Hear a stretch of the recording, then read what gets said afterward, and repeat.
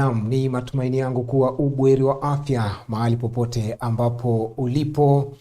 Karibu katika matangazo haya yakikujia moja kwa moja kutoka jiji kuu la Nairobi. Mimi naitwa Victor Wanaswa na hii ni Mwanzo TV, kwa moyo mkunjufu na kukaribisha tuandamane kuanzia sasa hadi tamati. Tuanze hivi. Mwenyekiti wa tume ya uchaguzi na mipaka nchini Kenya IEBC Wafula Chebukati amezungumza kuhusu makamishna 4 wa tume hiyo ambao walijitenga na matokeo ya urais yaliyotangazwa na kumfanya William Ruto kuwa mshindi wa kinyang'anyiro cha urais. Katika taarifa kwa vyombo vya habari, Chebukati amesema makamishna hao Juliana Cherera, Francis Wanderi, Justus Nyang'aya na Irene Masit walimtaka kusawazisha matokeo hayo ndiposa kuwepo na duru ya pili ya uchaguzi wa urais nchini Kenya.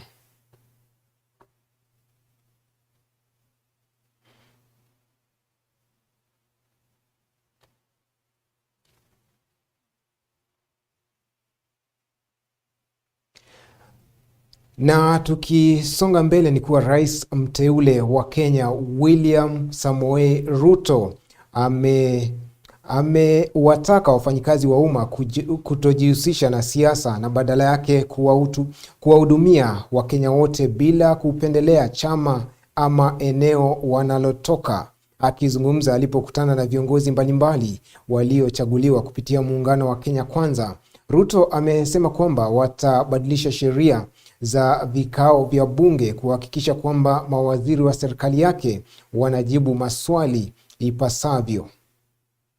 God is good. Assalamu alaikum.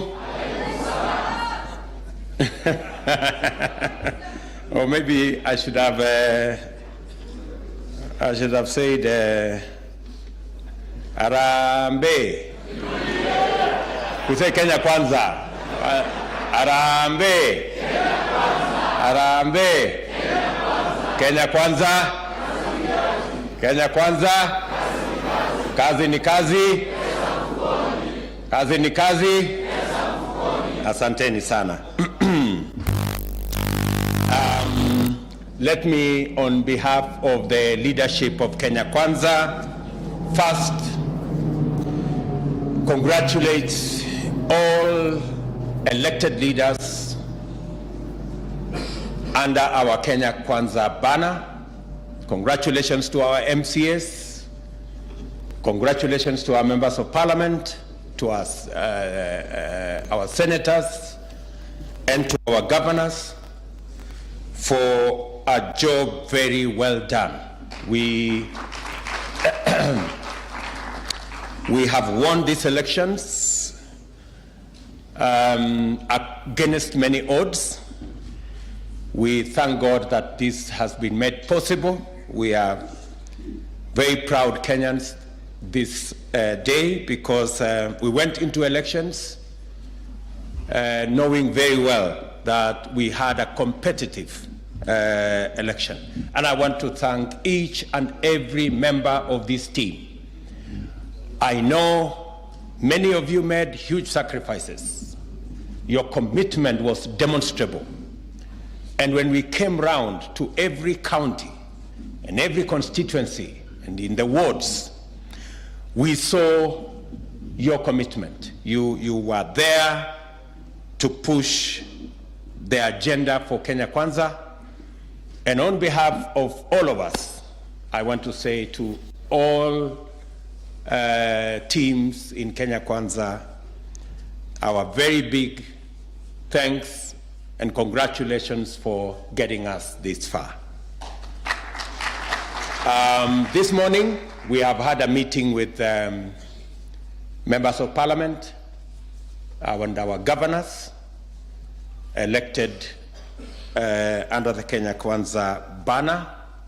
We've had very good conversation here. It was very heartwarming to see many people we met in the field dressed today differently in ties and looking very smart. We were all in all manner of attire and in capes, and it was very nice. So we are trying to fit our clothes back and see to it that we begin now the journey of governing the country. I want to, in a very, very special way, tell the people of Kenya in this first meeting of the leadership of Kenya Kwanza that every Kenyan can now go back to their phones. You don't have to use WhatsApp, you don't have to use Signal, you can go back and use your normal phone. Because blackmail, intimidation, threats have come to a stop. I want to promise the people of Kenya that our administration will have nothing to do with the blackmail we have seen, the threats we have seen, the fear that has been sold around the country, that you cannot talk to this or that person because they don't share your political views. I want to tell the people of Kenya, we are having our democratic country back. And everybody can speak to everybody about everything in every way they want, and nobody is going to victimize them. We live in a democratic country, and that is how it should be. To those of us who have been elected,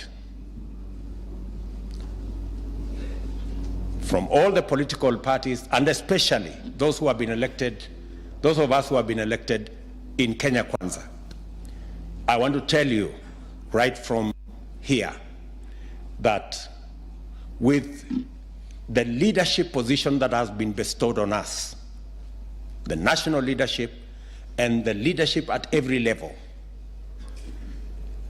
that leadership that we have won bestows on us a lot of authority.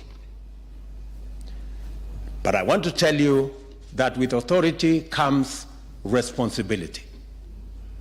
And with responsibility comes accountability. So we must be alive, even as we celebrate that we have won, that on us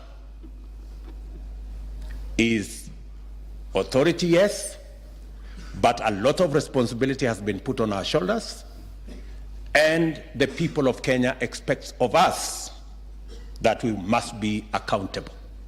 The greater the responsibility we have, the higher the accountability bar that comes with it. And therefore, as we celebrate this moment, we also must focus on making sure that we deliver on our commitment. I have seen on TV screens people from all corners of Kenya saying, we listened to you guys. We want to know when the delivery of your commitment is going to begin. Na viongozi wengine wa kisiasa ambao walihudhuria mkutano huo katika makao ya naibu rais katika mtaa wa Karen ni pamoja na Musalia Mudavadi ambaye ni kiongozi wa chama cha Amani kilichoko ndani ya muungano wa Kenya Kwanza, seneta wa Bungoma Moses Masika Wetangula, spika wa seneti Kenneth Lusaka, seneta wa Elgeyo Marakwet Kipchumba Murkomen, aliyekuwa gavana wa kaunti ya Machakos Alfred Mutua, spika wa bunge la kitaifa Justin Muturi, pamoja na aliyekuwa kwa wakati mmoja gavana wa kaunti ya Nairobi Mike Mbuvi Sonko, mbunge wa Gatundu Kusini Moses Kuria, magavana ambao wameweza kuchaguliwa kupitia muungano wa Kenya Kwanza, maseneta, wawakilishi wadi na wabunge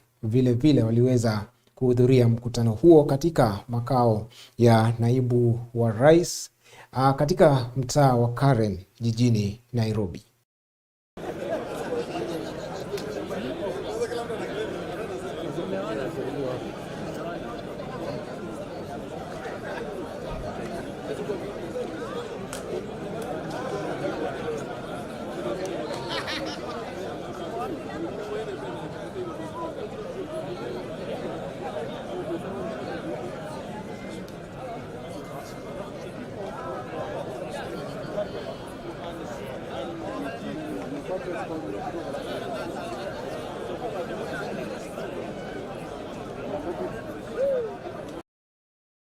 Na aliyekuwa mgombea wa muungano wa Azimio One Kenya Alliance, Martha Karua, ameonyesha imani kuwa wataibuka washindi katika hatua yao ya kutafuta haki mahakamani kuhusu uhalali wa matokeo yaliyotangazwa na tume ya uchaguzi IEBC. Viongozi wengine wa muungano huo vilevile wamewataka Wakenya kuzingatia amani huku wakitafuta mbinu ya kubatilisha matokeo yaliyotangazwa na IEBC kuwa William Ruto ndiye rais mteule. Wamezungumza baada ya mkutano na viongozi mbalimbali waliochaguliwa katika uchaguzi wa Agosti, so that Kenyans can live happily together with each other as brothers and sisters. So unfortunately this has happened because of what happened at Bomas of Kenya, and therefore that process, the legal process continues, the political process also continues. On the matter of the election, ours is victory deferred, but it's coming home. And that's the message to everyone.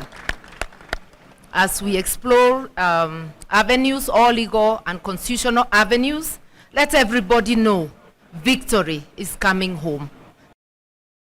Our figures show that we command the National Assembly. Just like I said the last time, the Senate, our competitors are up by 1, but the National Assembly, we command.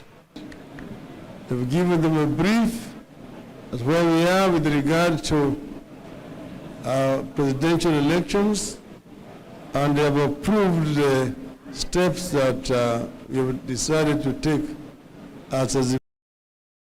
Hebu sasa tuelekee katika kaunti ya Bungoma. Na upasuaji wa mwili wa aliyekuwa mlinzi wa mgombea wa kiti cha ubunge cha Kimilili Brian Khaemba umefanyika katika chumba cha kuhifadhi maiti cha Delight Funeral Services mjini Kimilili. Zoezi hilo limebainisha kuwa mlinzi huyo alifariki kutokana na risasi kusalia upande wa kulia wa kichwa chake. Haya ni kwa mujibu wa mwanapatholojia wa serikali eneo la Magharibi, Daktari DM Ochana. Mimi ni mwanapatholojia. Tumekusanyika hapa na idara tofauti za serikali, kuanzia na department ya homicide, scene of crime, chief government pathologist na DCI na Kimilili na Bungoma, kuja kukagua hii mwili wa marehemu Brian. Pia tumekuwa na pande ambazo zimehusika na hii mwili, zimeleta madaktari wao na familia pia wameleta madaktari wao, ndio tufanye shughuli ya leo kwa pamoja. Tumetumia masaa 2.5 na tumekubaliana kwamba Brian aliaga kufuatia majeraha mabaya kutokana na risasi ambayo ilikuwa patikana katika ubongo wake upande wa kulia. Tumechukua ripoti, tumenakili hizo specimens tofauti tumepeana. Waziri wa elimu Profesa George Magoha amesema kwamba shule za bweni katika maeneo ambayo uchaguzi ulihairishwa hayatafungwa wakati wa zoezi hilo. Magoha amesema kwamba zoezi hilo litachukua muda, hivyo basi hakuna haja ya shule hizo kuweza kufungwa katika kipindi hicho. For the government to proclaim itself on the issue of certain situations. For example, if there's an election somewhere and it will take a day, we're not going to ask our children in boarding schools to go home again. It is far much wiser to ensure that the children who are in boarding school remain in boarding school and do other things and avoid the classrooms where the voting will be taking place. We shall also avoid working with IEBC avoid them getting tallying centers where children perhaps are going to be using. For example, if a tallying center is supposed to be in a high school, we want to persuade them perhaps to shift the tallying center to another institution of higher learning, like a university, so that the children don't lose any more time as far as we are concerned. In terms of major policy shifts, there are so many people talking about so many things, but I want the government position to be stated as such. We are a government of the people, by the people, for the people. Therefore, we are not about to make major policy changes when there is an incoming government in the nearest future. If the situation changes and it becomes apparent that it is not so soon, then we shall pronounce ourselves. So let us be fair with what we are saying to ourselves and to our people. I am not Jesus Christ. I can only do what a human being is able to do. So since I'm not going to allow even my dearest friend Mitch to ask me any question this morning, I hope I have galvanized around all the minds which you have asked. And just to thank you once again, so that I've enjoyed working with you as members of the fourth estate. Perhaps sometimes I've become too close to you, so that I crack even certain jokes which went on the wrong side. And I want to apologize most profusely for them. And that this phase of my life has been perhaps the most educating, because it has allowed me to work with our poor children in the slums, which has made me to think that if I have to come back in another life, I will definitely be proud.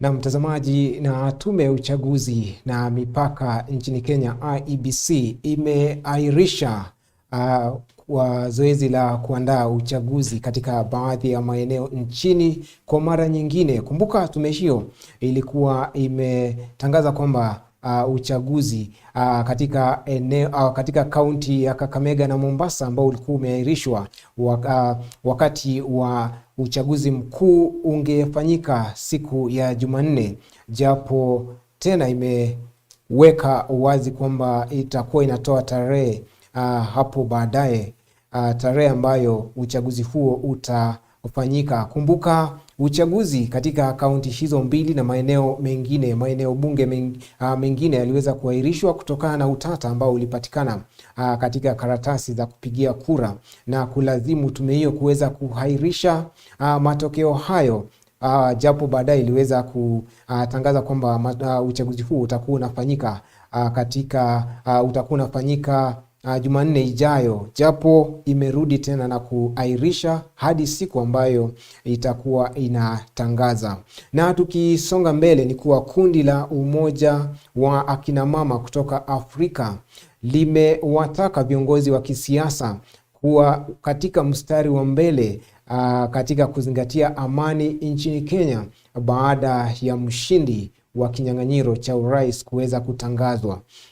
Kundi hilo hata hivyo limeipongeza tume ya uchaguzi IEBC kwa kuweza kuandaa uchaguzi ambalo wamelitaja kuwa la huru na haki. With all competitions in election, the process yields winners and losers. As some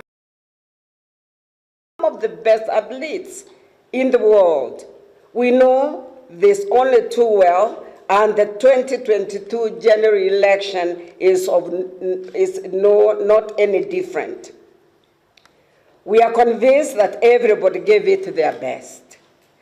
Regardless of the outcome, we remind ourselves that there remains numerous opportunities to serve communities in the future.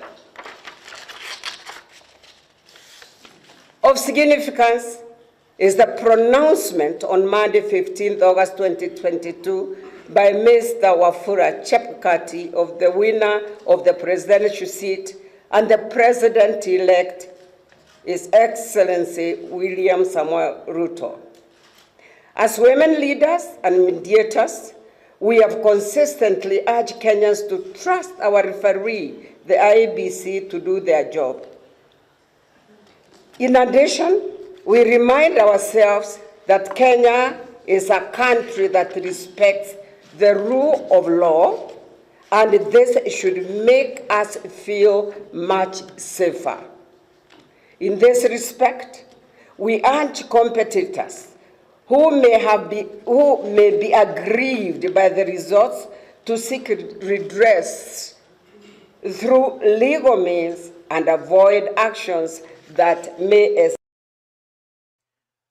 Na mtazamaji, ndio taarifa ambayo tuliweza kuandalia siku hii ya leo, ila kabla ya kuondoka, hebu tu nikufahamishe kwamba leo hii Rais mteule William Ruto aliweza kuandaa mkutano na baadhi ya viongozi ambao waliweza kuchaguliwa katika muungano wake wa Kenya Kwanza.